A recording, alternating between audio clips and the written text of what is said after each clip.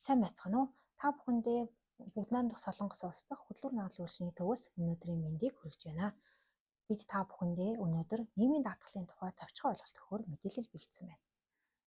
За, нийгмийн даатгал маань та бүхэнд төрхөөс ахуулаад нас орох хүртэл нийгмийн харилцаанд орж байгаа үед эрсдлээс урьдчилан сэргийлэх. Гарсан эрсдлийн үед танд нөхөн олгох журмаар зохицуулагддаг төрийн үйлчилгээ юм аа.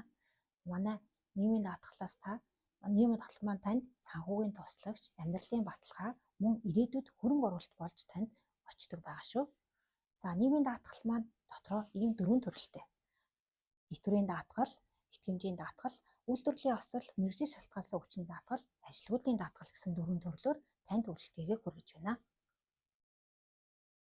Жишээлбэл та эмэгтэйчүүд маань жирэмслэх төвөрөх процессын үед та жирэмсэн амрсны тэтгэмжийг нийгмийн даатгалын сангаас аваад улмаар хүүхдээ 3 нас хүртэл нийгмийн даатгалын сангаас хөнгөлөлттэй нөхцлөөр нийгмийн даатгалын шимтгэлийг төлж цаашлаад дахин жирэмслэх мөн тэтгэвэр тэтгэмж авах боломжийг нээж олгодог. За, мөн хөгжлийн бэрхшээлтэй хүүхдээ асарч байгаа эхчүүд болон аав нар маань манай нийгмийн даатгалын сангаас хөнгөлөлттэй нөхцлөөр нийгмийн даатгалаа төлж улмаар нийгмийн даатгалаас тэтгэврийг авах боломж маань нэгдэж байна гэсэн үг. Мөн та ажилгүй болсон тохиолдолд ажилгүйдлийн даатгалын сангаас ажилгүйдлийн тэтгэмжийг авч дараагийн ажилдаа орох хүртэл тэтгэмжийн даатгалын сангаас тэтгэмжээ авах боломж бүрддэг. Мөн өндөр наслсан тохиолдолд та нийгмийн даатгалын сангаас өндөр насны тэтгэврийг бүрэн болон хувь тэнцвэрсэн хэлбэрээр авах боломжтой юм аа. 2023 оны 7 сард манай нийгмийн даатгалын хууль маань шинжлэгдэн батлагдсан. Үүний дагуу хэд хэдэн төрлийн шин зохицуулалтыг та бүхэн авах боломжтой болсныг дурдъя. Жишээлбэл таны нийгмийн даатгалын санд төвлөрүүлж байгаа шимтгэл маань мөнгөжүүлсэн орлого болж таны нэр дээр хадгалагдаж байгаа. Улмаар та хэдийн хэмжээний өндөр шимтгэл төлсөн тохиолдолд цаашлаад төдий чинээр тэтгэвэр тэтгэмжийг авах боломж бүрдэж байна. Мөн та өндөр насны тэтгэвэр тогтоолгосон тохиолдолд гэр бүлийн хүмүүс маань өндөр насны тэтгэврийг өглөх боломжтой. Мөн таны тогтоосон тэтгэвэр жил болгоны 1 сарын 1-нд инфляцийн түвшинтэй уялдан нэмэгдэх боломжийг энэ шинжилсэн хууль маань зохицуулсан маань илүү давуу тал болж байгаа шүү. За, мөн дээрээс нь нэмэхэд 0-3 настай хүүхдтэй асарч байгаа эхчүүд, мөн хөгжлийн бэрхшээлтэй хүүхдтэй асарч байгаа эцэг эхчүүд маань нийгмийн даатгалын сангаас хөнгөлөлттэй нөхцлөөр нийгмийн даатгалаа төлөх боломжийг бүрдүүлж өгсөн байгаа.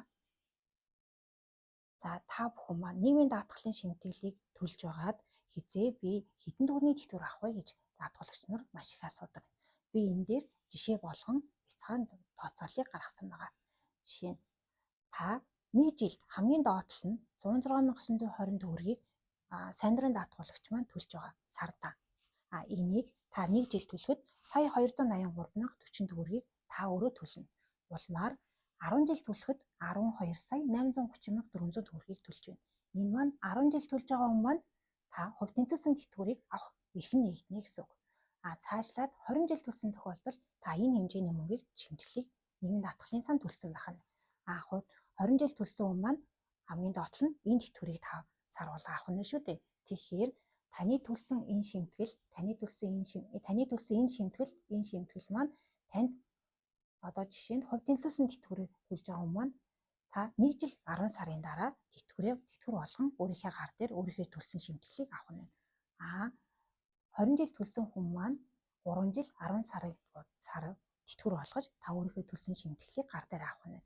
Тийм болохоор та нийгмийн даатгалын санд мөнгө төлж байгаа тохиолдолд та өндөр насны тэтгэврийг маш богино хугацаанд өөрийн гар дээр буцааж авах учраас нийгмийн даатгалын сан танд хамгийн их ашигтай тэтгэвэр олгох хөнгөц болж байна.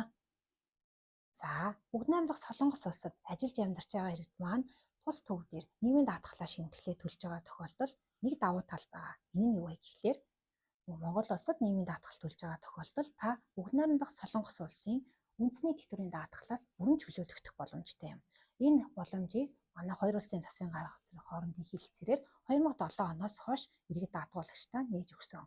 Тийм болохоор та хэрвээ энэ боломжийг мэдэхгүй байвал та манай төвд хандаж нийгмийн даатгалтай хамрагдаж улмаар Солонгос улсын үндэсний тэтгэврийн даатгалаас бүрэн чөлөөлөгдөх боломж байгаа гэдгийг анхаараарай.